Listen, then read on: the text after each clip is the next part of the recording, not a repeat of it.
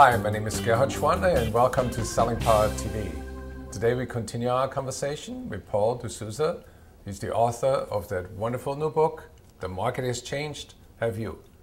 Welcome, Paul. Thank you. So good to be here. How should sales managers use this book? I've had people tell me it's a great refresher, right? It's a great book to keep on your desk and always have it available.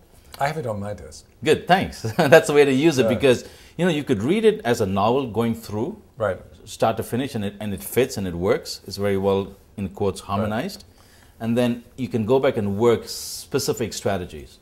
So sales managers and leaders could use it literally as, hey guys, you read this book, keep it available, and keep it as a refresher. Right. Or actually use it as a coursework because it's designed to be coursework for a training program. Right. I had a conversation last week with a CEO and asked him, what is the number one quality that you expect of a salesperson? Yeah. And then I came to your book on page 49, which is know your personal numbers. And the CEO told me the number one quality is at any time, whether it's day or night, whether I meet that salesperson in the hallway or on a plane, they always should know where their number is. Absolutely. And that is so important. Why is it that salespeople are not numbers focused? They get into minute details, but they forget the big picture. Great question, Gerhard. The conversation of numbers is critical, right? So I'm going to explain in a little detail here. The wha-dho philosophy, the approach I invented in a sense and suggest people follow, starts with know your goals as a person, then know your numbers, the principle of prosperity.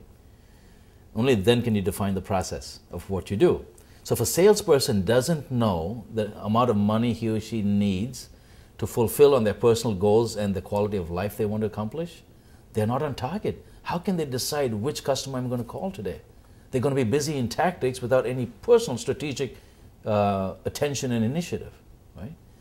If you don't know what you want to accomplish, I'm sorry, you're not going to accomplish it. And the numbers is the metric in which we assess that. So there are really three numbers. There are three numbers. There's the individual, right?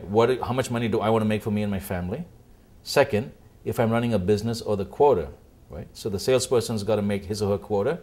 If you're a sales leader, you need to know what your division or department revenue number is. If you're a CEO, you need to know what your corporate numbers are.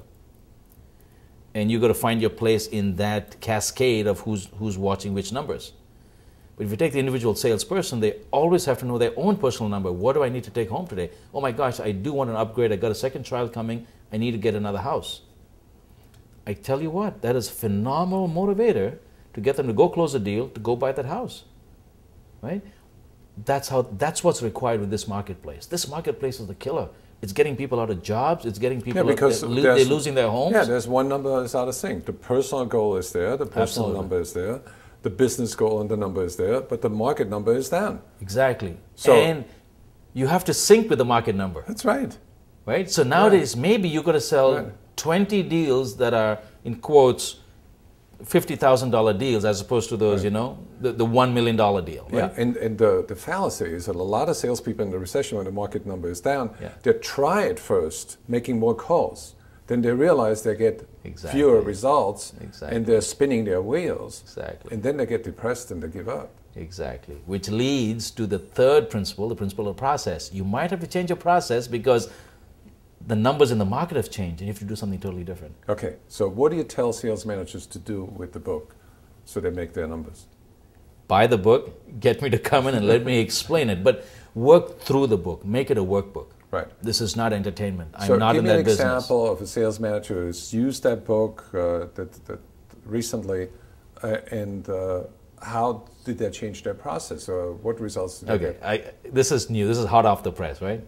4 days ago, Dan Perry, right, VP of Sales, 3day.com, right, calls me up and says, Paul, use the book, love the strategy, brought in the biggest sale in the history of the company, 30-year-old company, right? I believe it's page 102.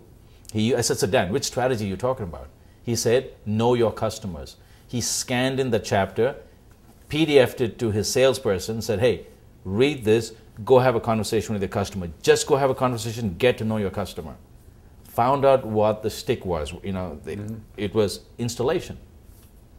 They wrapped that into the contract. They addressed it in a way that made sense to the customer, brought in the biggest sale, $250,000.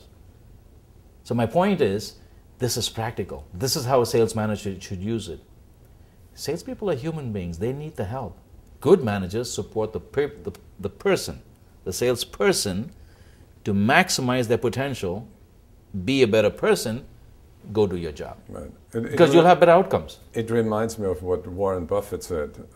When the tide goes out, Yeah. you'll notice who has been swimming naked. Yes. And Yes. in sales, it's the Yes. same thing. When the market numbers go down, you know what salespeople have been faking the process. Yes. But Gerhard, the tragedy gets worse. They need new processes today.